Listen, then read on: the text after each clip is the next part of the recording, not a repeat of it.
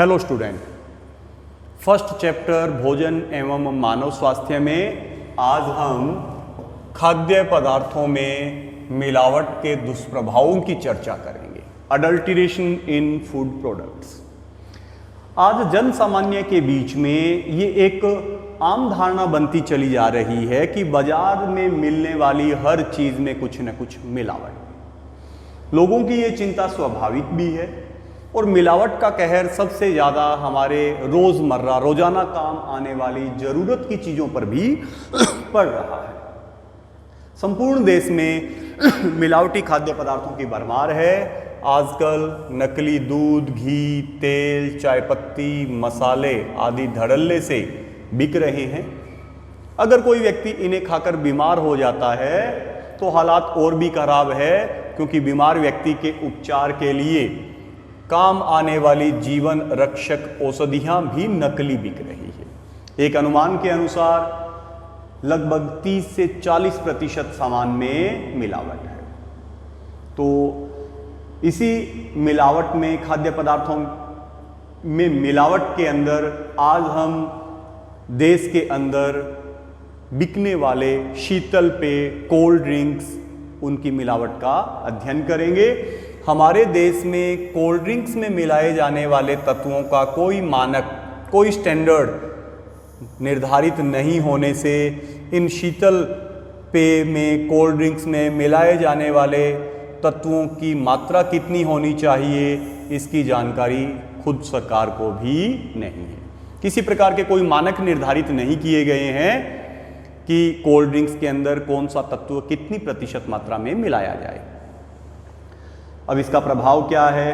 सरकार को इसकी जानकारी न होने के कारण, कोई मानक न निर्धारित होने के कारण कोल्ड ड्रिंक्स के अंदर, हमारे देश के अंदर सूक्ष्म मात्रा में कीटनाशी, पेस्टिसाइड्स मिला दिए जाते हैं।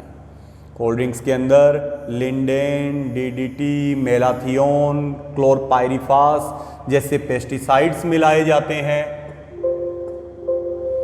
जो कैंसर, स्नायु, प्रजनन संबंधी बीमारी और प्रतिरक्षा तंत्र में खराबी के लिए क्या माने जाते हैं? जिम्मेदार माने जाते हैं। कोल्ड ड्रिंक्स के निर्माण के समय इसमें फॉस्फोरिक अम्ल भी मिला दिया जाता है। फॉस्फोरिक अम्ल एक प्रबल अम्ल है जिसमें लोहे को गलाने तक की क्षमता होती है। तो जब इसे कोल्ड ड्रिंक्स में मिलाया जाता है तो इसका सीधा प्रभाव हमारे दांतों पर पड़ता है। इसी प्रकार से इसमें एथिलीन ग्लाइकोल जैसे रसायन को मिलाया जाता है, जिसे हम स्वीट पॉइजन, मीठा जहर कहते हैं। ये एक ऐसा केमिकल है जो 0 डिग्री सेल्सियस तापमान पर भी पानी को जमने नहीं देता। तो इस एथिलीन ग्लाइकोल जैसे रसायन को, जिसे हम आम भाषा में मीठा जहर कहते हैं, इसको भी कोल्ड ड्रिंक में मिलाया जाता है। इसके अलावा उस कोल्ड ड्रिंक्स को एसिडिक, अम्लीय बनाने के लिए बोरिक, एरिथ्रोथोर्बिक और बेंजोइक अम्ल जैसे उसमें अम्ल मिलाए जाते हैं। और ऐसे अति अम्लता वाले एसिडिक कोल्ड ड्रिंक का जब हम उपयोग करते हैं तो पेट में जलन, खट्टी डकारें, दिमाग में सनसनी, चिड़चिड़ापन, एसिडिटी और हड्डियों के विकास में अवरोध उत्पन्न हो जाता है। कुछ कोल्ड ड्रिंक्स के अंदर 0.4 ppm लेड, सीसा भी मिलाया जाता है, जो स्नायु, मस्तिष्क, गुर्दा, लीवर और मांसपेशियों के लिए बहुत ही घातक है। इनमें मिली हुई जो कैफीन है वो अनिद्रा और सिरदर्द की समस्या उत्पन्न करती है। तो इस प्रकार से कोल्ड ड्रिंक के अंदर अनेक प्रकार के पदार्थ जो है वो मिला दिए जाते हैं, जो किसी भी रूप में हमारे स्वास्थ्य के लिए लाभकारी नहीं है।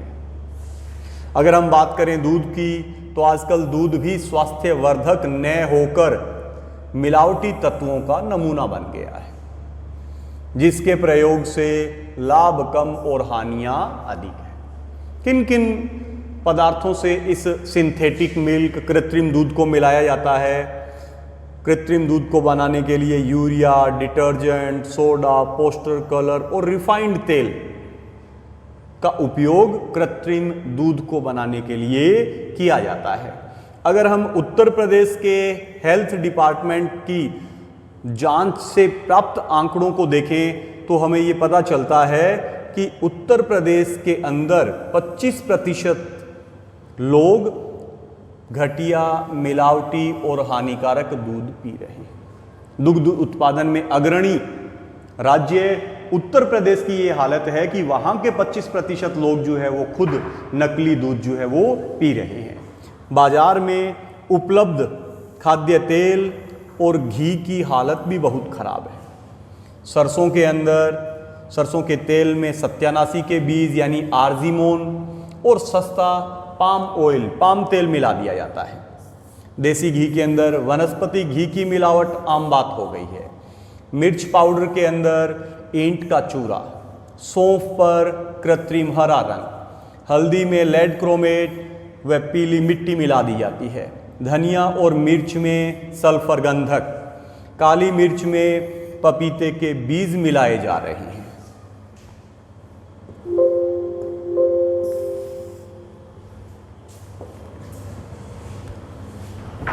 हल्दी में लेड क्रोमेट, पीली मिट्टी, धनिया और मिर्च में सल्फर गंधक, काली मिर्च में पपीते के बीज मिलाए जा रहे हैं। फल और सब्जियों में चटक रंग पैदा करने के लिए केमिकल इंजेक्शन यूज किए जा रहे हैं। फ्रेश ताज़ा दिखने के लिए लेड और कॉपर विलियन का छिड़काव सब्जियों पे किया जाता है। गोभी में सफ़ेदी उत्पन्न करने के लिए सिल्वर नाइट्रेट का छिड़काव किया जा रहा है। चना और अरहर की दाल में सस्ती खेसरी दाल मिला दी जाती है। बेसन में मक्के का आटा मिलाया जा रहा है। दाल और चावल पर कृत्रिम रंगों की पॉलिश की जा रही है और मिठाइयों में तो ऐसे रंगों का उपयोग किया जा रहा है जिनसे कैंसर की संभावना भी बनी रहती है। और हमारा जो डीएनए है, जो जेनेटिक मटेरियल है, उसमें विकृति भी मिठाइयों में मिले इन रंगों से हो सकती है। नकली मावा बाजार में मिल रहा है। दवाओं में मिलावट सभी सीमाओं को पार कर चुकी है।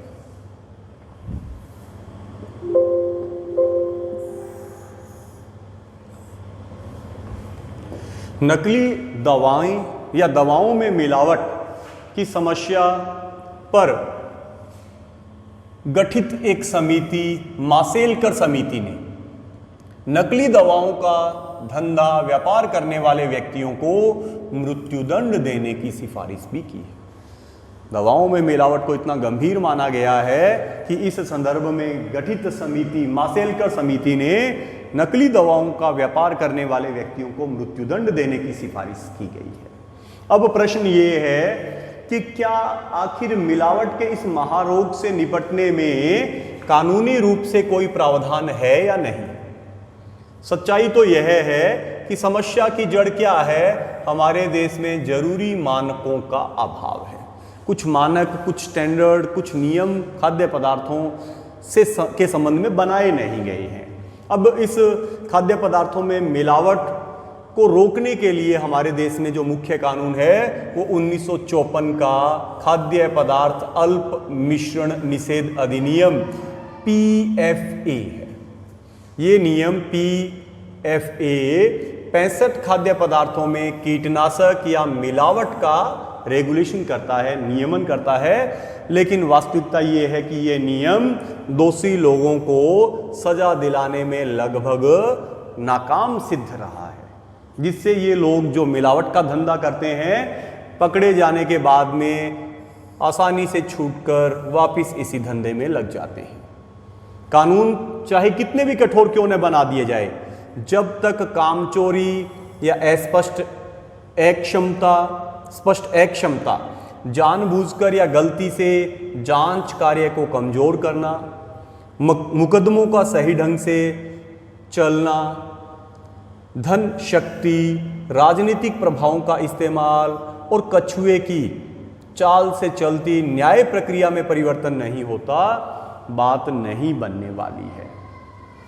तो सरकार यदि वास्तव में मिलावट को रोकने के लिए दृढ़ संकल्प हो जाए तो इसमें कोई दो राय नहीं है कि मिलावट के कार्य पर रोक न लगे। बस आवश्यकता है एक ठोस नीति और उसके उचित क्रियान्वयन की।